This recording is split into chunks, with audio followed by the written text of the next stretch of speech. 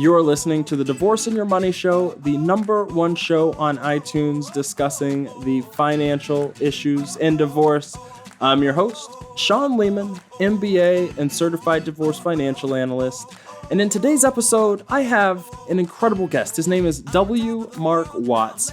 He is a divorce coach and just all-around inspiration. I'm going to just tell you this episode is unlike any episode on divorce that I've ever recorded. This interview is incredible. No thanks to me, all thanks to Marc Watts. You're going to be fired up and inspired when you listen to this episode. So I'm going to jump right in and get on with it. Stick around for one of the best episodes ever on the Divorce and Your Money Show. Today on the show, I have with me Marc Watts. He is a divorce coach and podcaster, just like me. And he has a great podcast called Divorced, Happy, and Successful. Marc Watts, welcome to the show. How you doing, Sean? I'm happy to be here, man. Excited, ready to get going. Excellent. Well, I am glad to have you. Why don't you just warm us up? Tell us a little bit about where you're from, your family, and just a little bit of background into your divorce and kind of when that happened. Set the stage for us. All right. So I'm originally from South Carolina, so I am a Southern gentleman. I take that title very seriously. So I've only have one kid right now. Been divorced almost 12 years now. And up here in the great city of Detroit right now, just outside of Detroit.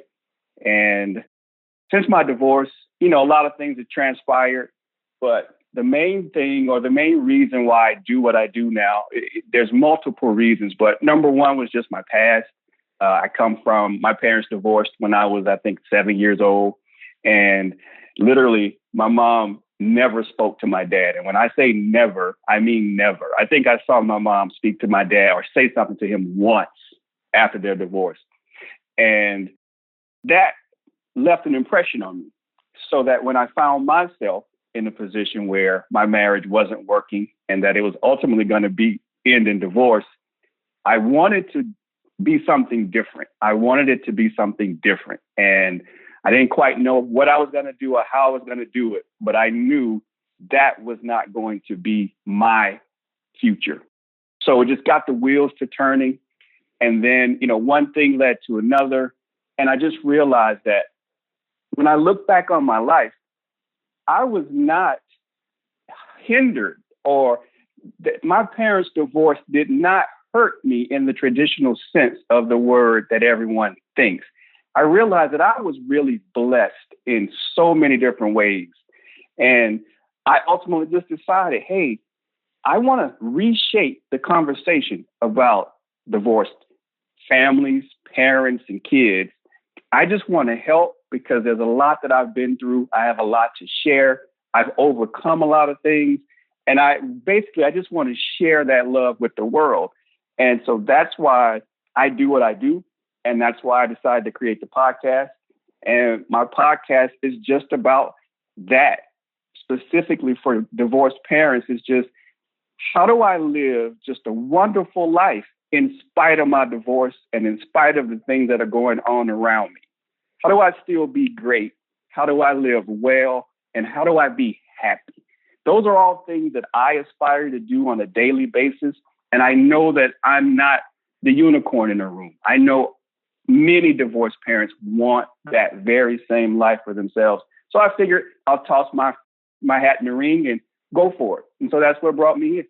I think that's a great introduction. And also part of the appeal, actually, of why I want to have you on the show, and just from listening to your podcast, is you come with a very positive and energetic energy. You can even hear it in your voice, especially when it's coming with and dealing with, for most people, for everyone, an extraordinarily difficult topic. And you're one of the few lively and helping people with a very positive attitude, trying to help people through the divorce process. And that's the key, Sean. It's that energy and that attitude. It colors and flavors everything you do, regardless of what it is. So I figure if I know what's successful for me. I know what works for me. I know what worked for other people that I deal with. I know what's successful for people I observe. And I know what works for people who are even a lot more happy and successful, if you will, sooner than me. So I just try and learn and take my experience and roll it up into a ball. And then I make it. I use it every day so I know it works. And I know if it works for me, it'll work for other people too. That's the root of it, though. It's how you look at things. And you've got to really start with a positive attitude. That's where it all starts. And I always want to make these interviews, and particularly yours, have some action steps, some insights that people can take away from hearing you.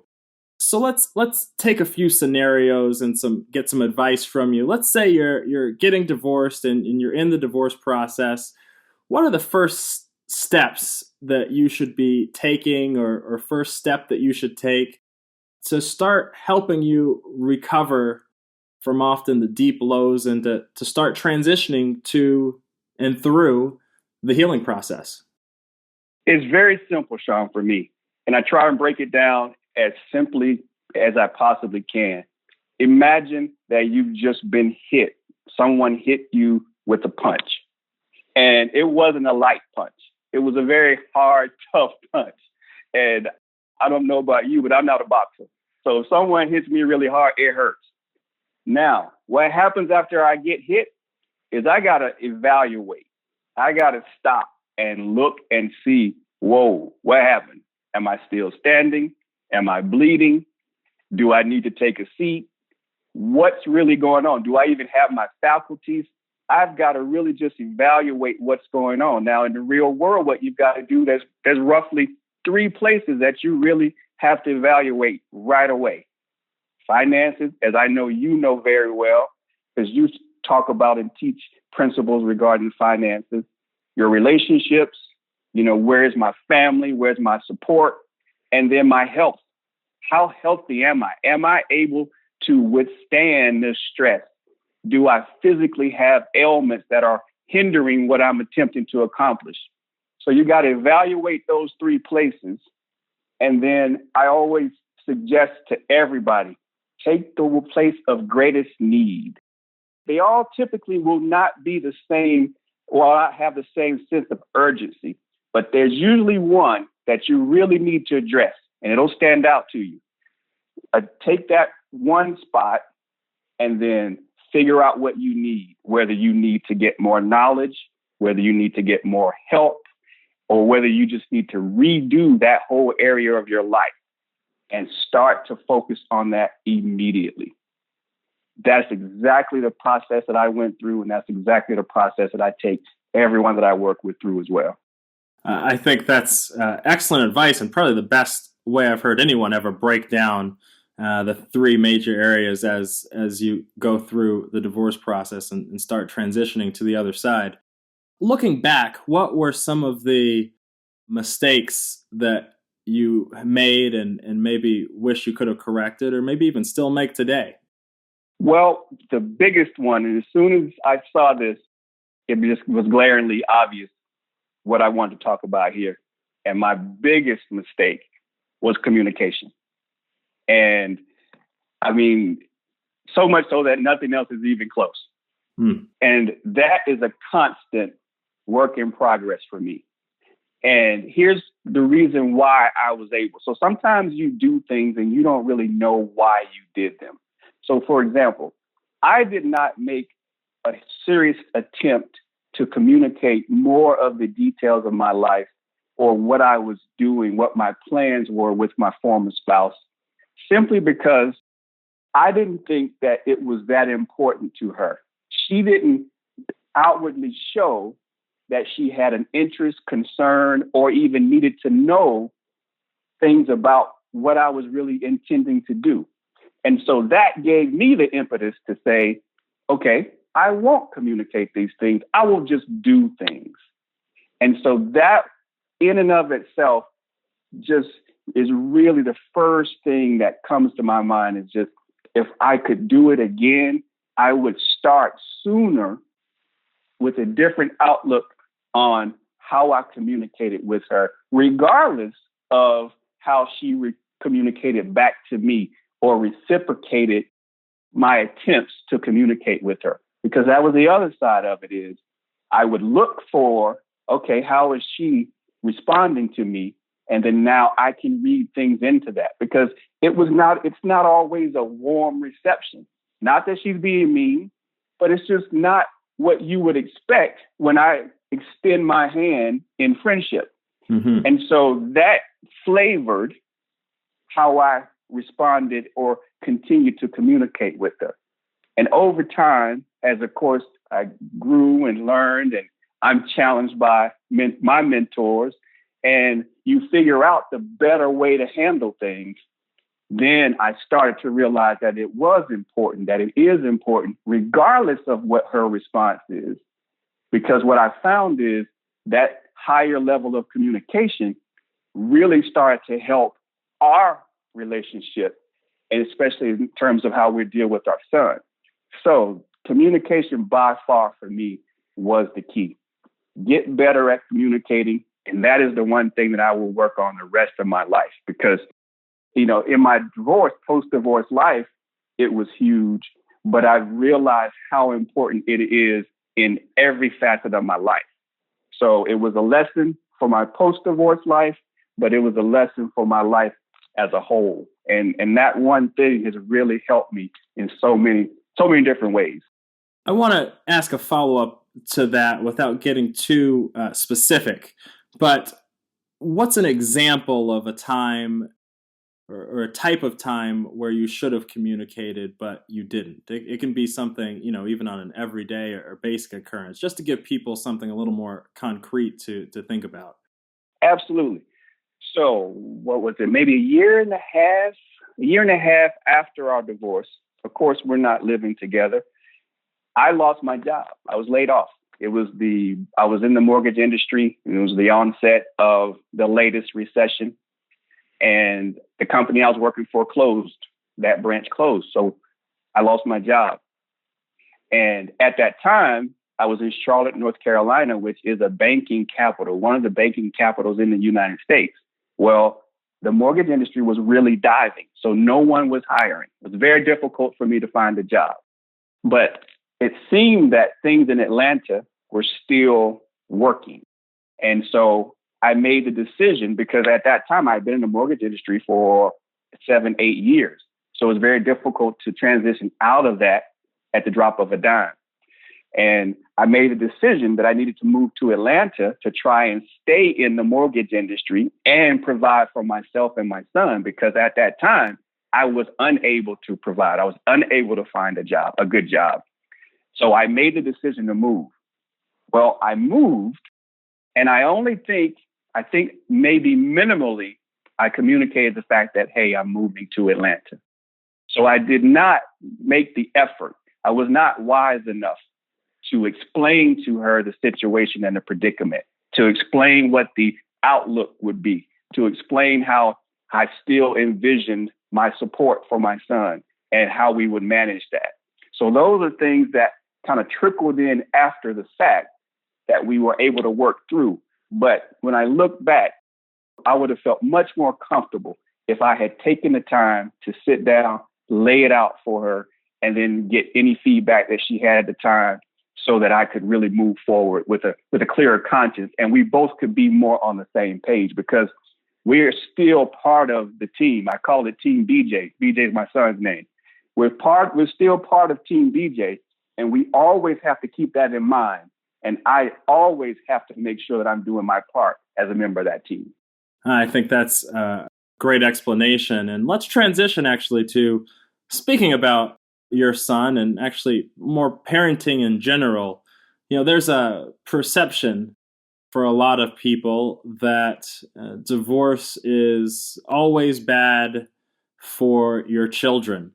What do you think about that? Do you think that's true, not true? How have you navigated that process with your son? First and foremost, I definitely cannot agree with a blanket statement, how divorce affects children. Is it the best case scenario for children? Absolutely not. I'm on board with that. But again, I'm one of 4 kids. And when I look at myself and my 3 older sisters, we have all maintained good lives. We've never been in jail. We all graduated. We all have some form of higher education, whether it be college or technical school. We're all gainfully employed. We're all loving individuals. 3 of us have kids. So when I think about people saying how divorce negatively affects kids, I do my research. I do my homework. And that's one thing that I always do. I always rely on what I can figure out and experience and what I know, as opposed to just what someone's saying, talking loud, or just that you see it so much that it must be true.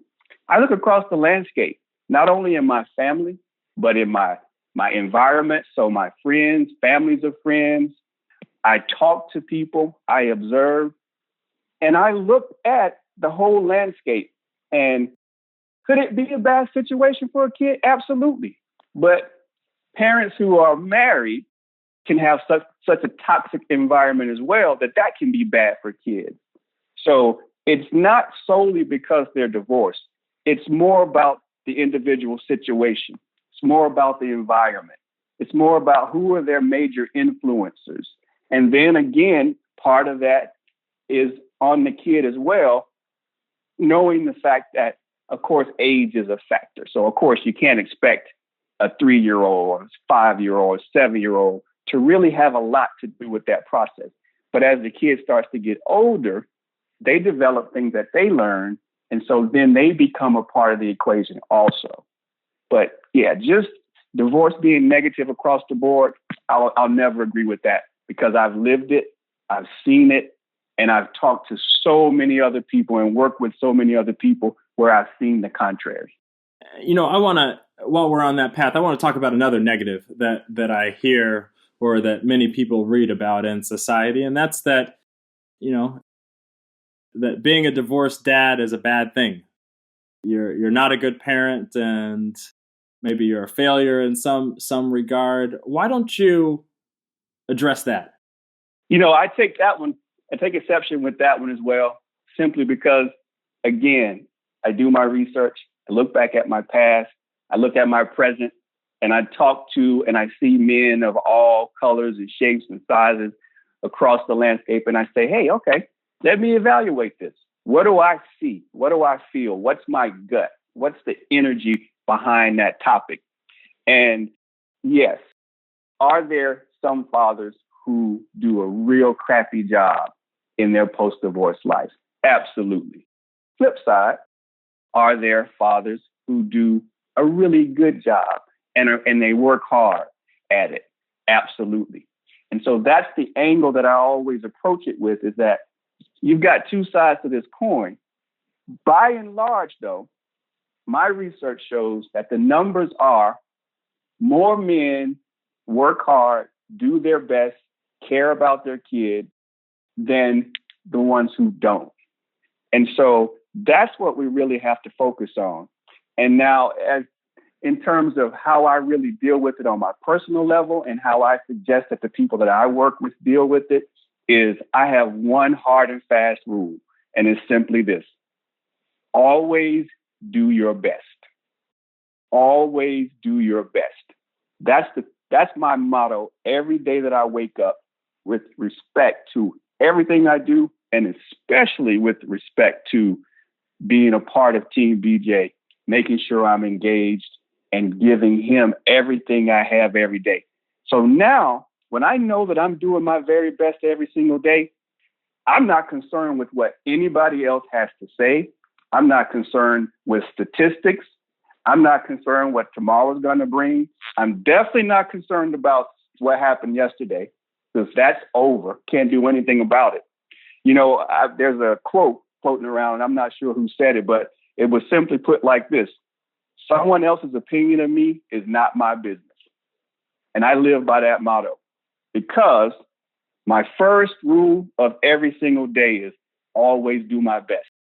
As long as I know I'm doing my best, there is nothing else I can do. And that's how I go to bed every night. I give it everything I have and I go to sleep. And when my feet touch the floor the next day, I start it all over again. What am I going to do to give my best today? And when I know I have that clear of a conscience about what I'm doing every day, and that's not to say I don't make mistakes, because I trust me, I've made my share of mistakes. I still make mistakes to this day. And I know I'm going to make mistakes as long as I'm a human being. That's part of the journey. But I still go back. When I fall short, how do I give my best from this point forward? And that's what I live on. And that's the way I'm going to keep it until, again, I'm no longer here in this plane. So how have you navigated parenting and team DJ or BJ, excuse me, when you're not in the same house every day? It really forced me to do these two things: plan and schedule. So it's really made me a much better planner. It's really made me look in the future. It's really made me consider his feelings. It's really made me consider his mom's feelings. It's really made me consider, how do we structure this so that we can give equitable time? We can share vacations. He can visit here. I can visit there. He has everything that he needs. So it really just starts from a physical standpoint, clothing, food, health insurance, all the way down to the emotional side, the spiritual side. How do I feed that? How do I teach him those things? How do I support him when he, like, for example, when he gets a D, which he did a few years back, and now he can't be on the basketball team? What's that look like? And I just don't want to run into that head first and then just find myself lost. So I understood, or I was able to figure out that, hey, you now have to look at this thing as a parent very seriously. You've got to start to schedule things out more consistently, because that's a key for kids in post-divorce lives. Many of them are more successful when you're able to have a more consistent schedule, regardless of what that schedule is. But you need to come up with some sort of schedule that they can rely on, because now you can start to build everything else around that, practices, recitals, school, doctor's visits, what have you. Start to build a schedule so that now it's a lot easier for you to manage that schedule as needed. And then planning, again, can't emphasize that enough. What's the saying goes, if you fail to plan, you plan to fail, is what they say. And you've got to start with the plan, because then if something needs to be adjusted or doesn't work, you have something to start with. And now you can make that tweak and adjustment. And it's a lot easier, whether if it's, as opposed to just being haphazard. You don't know where you are. She doesn't know where she is. He doesn't know what he's doing. And now everyone in a tizzy and in chaos, when if you just had something simple, you would communicate it. Now you got a totally different conversation. So those are two key areas right there. And then the other one is just staying connected. And so what does connected mean? It's more than communication. Connected is when you truly have empathy for the other side, the other party. You truly understand, you're engaged. How was your day? Like, I start my morning every morning with a morning text to my son. Good morning. How you doing? Usually I'll say champ, or say something funny, or I'll send him a picture. So I want him to know, as soon as he wakes up in that morning, and that text usually goes out about 6:30. As soon as he wakes up, I want him to see on his cell phone, Dad saying good morning to me. So that's a way to stay connected right away. Let them know that you're there, you're thinking about them, make them feel the love. So you try to eradicate you from being outside of that home. And the way you do that is you connect to them. How's your day? What's going on in school? Hey, I saw this happen. What's up with that test score? How did basketball practice go? How's your girlfriend? How's Isabella? Everything. Anything you need to talk about, you just stay so connected that they, number one, know you're there. Number two, that you're engaged, you're curious, you're asking questions. And then I always open the table up and say, hey, anything you need to know from me, anything bother you, anything on your mind we need to discuss. And then I also constantly offer things that are going on in my life. Hey, I'm doing this interview with Sean tonight. Hey, I'm working on my website. Hey, I'm doing this with my business. I got an interview over here. I'm doing a meeting here. Keep them incorporated in what you're doing so that there's no gap. It's in the gaps where things fall apart. So I try to eliminate as many of those gaps as I possibly can. And that's what I mean when I say stay connected. I think that's awesome advice. And for the people who are listening right now, perhaps overwhelmed, some of them just thinking about divorce, some of them just filing and might have a very long road ahead of them before this process is over. What advice or words of encouragement do you have for them? Oh, there's several things, Sean. Number one is you have to remember that this is temporary. And even though it doesn't look like it right now, because many of us go through years, 1, 2, 5, 10 years of this relationship degradation. And so now when we get to the point where we are now, where it's really going to take that shift or take that bit of finality as far as the paperwork being drawn, it seems like it's such a long road to hoe, seems like it's going to last forever, but it's temporary. It's one chapter in your life. It's a relationship that's actually ending and changing. And if you look back in your life, I'm sure there have been relationships that no longer are part of your life right now. So you've had this experience before. There's a lot more emotion potentially involved in this particular transaction. Get that? But it's still at its core essence, it's a relationship that is now changing. And so once this is written, you have to be willing to flip the page. And the other piece is that it does get better. Sometimes it can be a nightmare. It can be rough. I mean, and you know, you get lawyers involved and you get the constant bickering and fighting. And, you know, sometimes the kids are part of it. They're thrown in the middle. They're emotional. So it can get really ugly. But again, it's temporary. It's going to get better. It might get worse before it gets better. But trust me, it does get better. The emotions start to swell because you can't stay that upset over a long period of time. At some point, you're either going to wear yourself out or you're going to get smarter and do something different. One of the two of those things are going to happen. And I hope, and I know that your audience is real smart, that they would pretty much want things to get better. And that's where I want to focus, is that how do we make things better? And then now I have another saying that I always write down. As a matter of fact, I have it up in my home and I keep it in my email all the time. And it's just this. And I think the Dalai Lama said this, but I'm not sure who. And it's be right or be kind. You make the decision. And for me, I make it simple. There is no choice. I'd much rather be kind than be right, because I'm going to stay on the side of progress. If we focus on being right all the time, you're going to bump your head on the wall so many different times. People aren't interested in being right. Some people aren't even interested in being kind. But I know I sleep better. I feel better. I get more accomplished when I'm kind.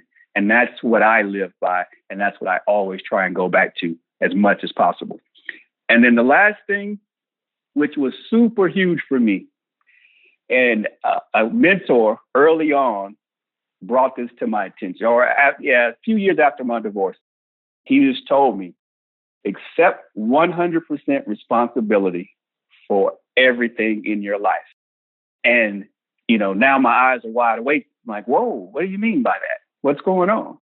And that's the one thing that has really transformed my life more than anything else. Not that I blamed everybody for everything else in my life up until that point, But the negative things, we tend to not want to take full responsibility for. So let me go a little bit deeper with that, because oftentimes when I say that, I have people in the crowd who say, Mr. Watts, my wife cheated on me. My husband walked out. He took all of our money. He wanted the new young thing that at his office. So-and-so was a drug addict. So-and-so was an alcoholic. Am I responsible for that? Great question. And here's the answer. You're not responsible for that person's actions. Your responsibility lies in the fact that you attracted that relationship into your life. So the responsibility comes when you now have to reevaluate and say, whoa, I'm a part of these types of relationships. What do I now have to do differently in my life to get a better result? That's the responsibility. So in still accepting 100% responsibility, yes, I was in that relationship. Now this has happened. I see it. And now how do I move forward in a different direction if I want a different result? That's the responsibility. And so regardless of what has happened to us, there's always a responsibility, whether you're the perpetrator or whether in this case, it's your job to take the lesson and do something different going forward. What is the best place for people to learn more about you and to listen to the podcast and all your other resources? How do they find you? So the website is wmarkwatts.com. Podcast is on iTunes. It's Divorced, Happy, and Successful. And of course, it's several other places as well. I think it's on iHeartRadio, really trying to broadcast that thing out to as many different places as I can. But iTunes is the main place to catch that.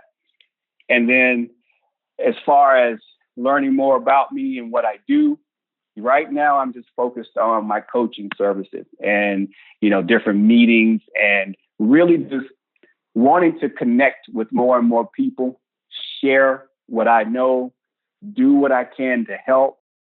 And that's just where I'm playing right now. So, if anyone's really interested, really ready to take another step, to really have something different or have those things that they've dreamed about and make their life easy. I want to have such a peaceful life, but peace just doesn't happen because you wake up in the morning and you just want it to be. There are things that you have to do every single day. It's work. And, I don't sugarcoat it with anyone that I work with. Having what you want, being happy, doing the things that you're responsible for on a daily basis, managing things when they happen in your life, that requires work. So we're going to work, but I'm going to have fun. We are going to enjoy it.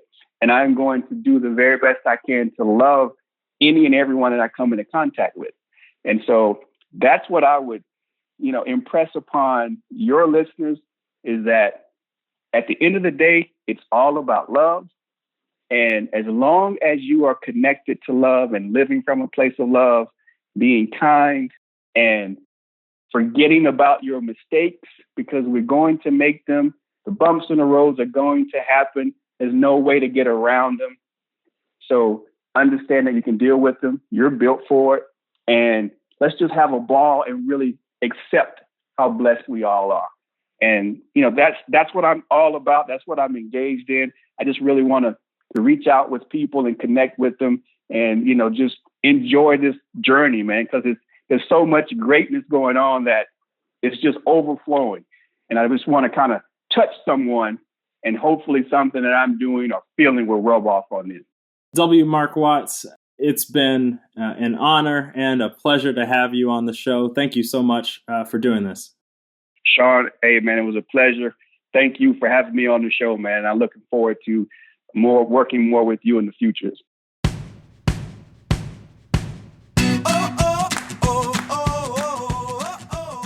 we've reached the end of the episode, but before you go, I want to make sure you check out some really important information at divorceandyourmoney.com. When you get there, sign up for the email list so I can keep you updated with exclusive information and content that you won't find anywhere else. Also, you'll find the one-on-one coaching services where I get to work with you, the show listeners all over the United States. Look, I'm easy to work with, I'm responsive, friendly, and I'll listen to you. We'll get to get deep into the details of not only what's going on in your divorce case, but your life as well. I end up knowing a lot more than your divorce attorney ever will because I don't charge by the hour, it's fixed prices, and you can reach me anytime. We get to work together, understand your situation in depth, your financial picture, and help you get to a settlement that makes sense for you not only today, but for the rest of your life. And I also get to keep you out of trouble and keep you from making poor financial decisions. You know, attorneys are great at the law, but they're not financial experts, I should say, and a lot of times I see them end up making settlement mistakes that will cost you for the rest of your life. They could be tax inefficient, forcing you to take the wrong asset that you shouldn't be keeping, or trying to get you access to money that you won't really have access to until you retire. And sometimes you need to know those things in advance and keep you out of trouble while the divorce process is going on because it's hard to change afterwards. And also I get to keep a long-term relationship with a lot of you because even after the divorce settlement is over, you've signed the agreement, it doesn't mean that the process is over. You need to move on with the rest of your life. I have clients that I get to work with for years at a time. I've worked with for years after the divorce is over. They're still clients. I know their families. We go on vacations together. We know their kids, and their kids know me, and we get to have a very nice long-term working relationship, and it all starts with a simple introductory call. We'll talk for 20 to 30 minutes. You just go to the coaching tab on divorceandyourmoney.com, fill out a short form, just tell me what's going on. We'll set up some time to speak, and once we do that, we can start and proceed from there to see if coaching is right for you. I love working with you. It's exactly why I do what I do, and the sooner you book an intro session, the better. You know, it says that you know that you need the help, and you know, it makes easy working with you because we can get into the details of your case and help you craft the settlement that you deserve. Now, book those now because I want to make sure that I maintain a high level of service with me and my team, and sometimes there's a wait list. And if you don't get on top of that now, I don't want to keep you waiting for weeks at a time where sometimes things in divorce can move by the hour. Now, also while you're on the website, check out our courses. If you like the show, there are some great courses you can get there. They're longer, they're more in-depth, they include visuals, handouts, and even more details as you go through the divorce process. They cost less than the one-on-one coaching sessions, but you'll get a lot of great information from them. They're well worth it. They're better than any book that you'll find on the divorce process out there. And it's me teaching it. It's me talking to you just like I am right now. And it's more in-depth than what you'll get on the show, but it is a great place for you to learn. Some of the courses that are available right now is there's Divorce 101 course. It's called Steps to Take Before Divorce. Everything you need to know before hiring an attorney. And also Divorce 102. It's how to get a divorce without losing everything. 12 ways to avoid common divorce mistakes. They're great courses. A lot of people I know love them. And if you like the show, it's a great place to get more information that I don't talk about here. Plus, as I said, lots of additional resources and custom handouts. And if you don't like the course for any reason, I have a 100% money back guarantee. And also there's bonuses. So for the people who take the course and you say, you know what, I've spent the time going through the course, getting organized, learning all this really important information with me, and I want a one-on-one session. I want to work together. Well, I give you a discount, a big discount for going through the course and learning that information that is well worth the time that you spend and the money. And the reason is for the people who've gone through the course, and they all love it. The people who've gone through the course are so well informed by the time they start working with me that it's worth the discount that I give because it's just so easy to work with you. And last but not least, leave a review of the show on iTunes if you enjoyed it, and share this information with a friend, and be sure to subscribe so you're automatically updated with new episodes as they come out. I'm your host, Sean Lehman, MBA and Certified Divorce Financial Analyst. Thank you for listening.